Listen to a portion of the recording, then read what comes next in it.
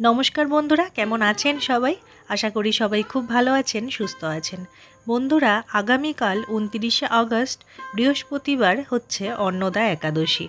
আমি যেভাবে আপনাদের সামনে প্রতিটা একাদশীর মাহাত্ম্য তুলে ধরি, ঠিক একইভাবে চলে এসেছি এই অন্নদা একাদশীর কী মাহাত্ম্য সেটা আপনাদেরকে শোনাতে। এই একাদশী তিথি হচ্ছে সর্বপাপ বিনাশিনী, মানে যিনি এই একাদশীর ব্রত পালন করেন তিনি সর্বপাপ মুক্ত হন।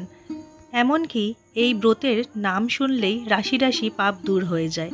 এই ভাদ্রবতী কৃষ্ণপক্ষিয়া অন্নদা একাদশীর মাহাত্ম্য ব্রহ্মবৈবর্ত পুরাণে বর্ণনা করা হয়েছে।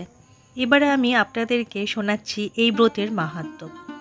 একদিন মহারাজ যুধিষ্ঠির বললেন, হে কৃষ্ণ, ভাদ্র মাসের কৃষ্ণপক্ষের একাদশীর নাম কি? তা শুনতে আমি অত্যন্ত আগ্রহী। শ্রীকৃষ্ণ বললেন, হে রাজন, আমি সবিস্তারে এই একাদশীর কথা বর্ণনা করছি, আপনি একাগ্রচিত্তে শ্রবণ করুন। ভাদ্র মাসের কৃষ্ণপক্ষে একাদশীকে বলা হয় অন্নদা।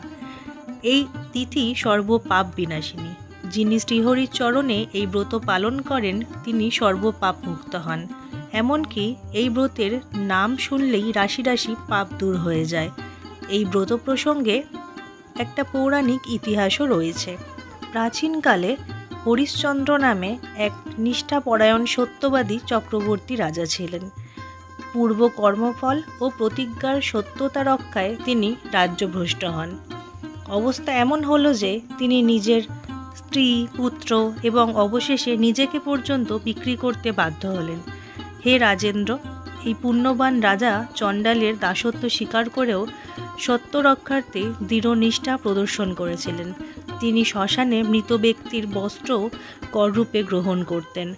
এইভাবে তার বহু বছর কেটে গেল। দুঃখ সাগরে নিমজ্জিত হয়ে কি করি, কোথায় যাই, কিভাবে এই দুর্দশা থেকে উদ্ধার পাই, এই চিন্তায় তিনি দিন রাত্রি বিভোর হলেন। এমন সময় দৈবক্রমে পরদুঃখে দুঃখী গৌতম ঋষি রাজার কাছে এলেন। রাজা মুনিকে দর্শন করে ভক্তি ভরে প্রণাম করলেন। করজোড়ে তার সামনে দাঁড়িয়ে একে একে নিজের সমস্ত কথা জানালেন।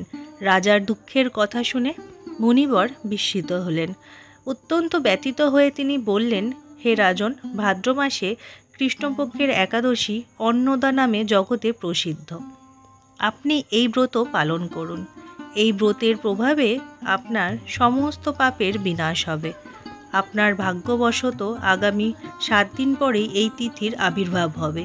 এই দিন উপবাস থেকে রাত্রি জাগরণ করবেন।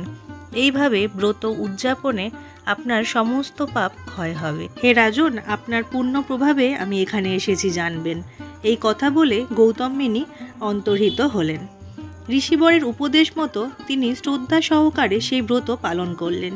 তার ফলে তার সমস্ত পাপ দূর হলো। হে মহারাজ, এই ব্রতের প্রভাব শ্রবণ করুন। যথাবিধি এই ব্রত পালনে বহু বছরের দুঃখভোগের অবসান হয়। ব্রতের প্রভাবে রাজা হরিশ্চন্দ্রের সকল দুঃখ সমাপ্ত হলো। পুনরায় তিনি স্ত্রীকে ফিরে পেলেন এবং তার মৃত পুত্রও জীবিত হলো। আকাশ থেকে দেবগণ দুন্দুভিবাদ্য ও পুষ্প বর্ষণ করতে লাগলেন। নিষ্কণ্টক রাজ্য সুখ ভোগ করে অবশেষে আত্মীয় স্বজন ও নগরবাসী সহ স্বর্গে গমন করলেন। যে মানুষ নিষ্ঠা সহকারে এই ব্রত পালন করেন তিনি শ্রীহরিচরণে ভক্তি লাভ করে অবশেষে দিব্যধাম গমন করেন। এই ব্রতের মাহাত্ম্য পাঠ ও শ্রবণে অশ্বমেধ যজ্ঞের ফল লাভ হয়। তাহলে বন্ধুরা, আপনারা শুনলেন এই ব্রতের মাহাত্ম্য কী। এই ব্রতের মাহাত্ম্য পাঠ এবং শ্রবণে অশ্বমেধ যজ্ঞের ফল লাভ করা যায়। আর বন্ধুরা, এই ব্রত পালনে সর্বপাপ থেকে মুক্ত হওয়া যায়। তো বন্ধুরা, আগামীকাল এই অন্নদা একাদশীর তিথিতে আমি সবাইকে বলবো আপনারা এই ব্রতের মাহাত্ম্য একবার হলেও পাঠ করবেন। যদি তাও সম্ভব না হয় অবশ্যই এই ব্রত একবার শ্রবণ করবেন, অর্থাৎ এই ব্রতের মাহাত্ম্য একবার হলেও শ্রবণ করবেন। ভিডিওটা আপনাদের কেমন লাগলো সেটা আমাকে অবশ্যই কমেন্ট করে জানাবেন।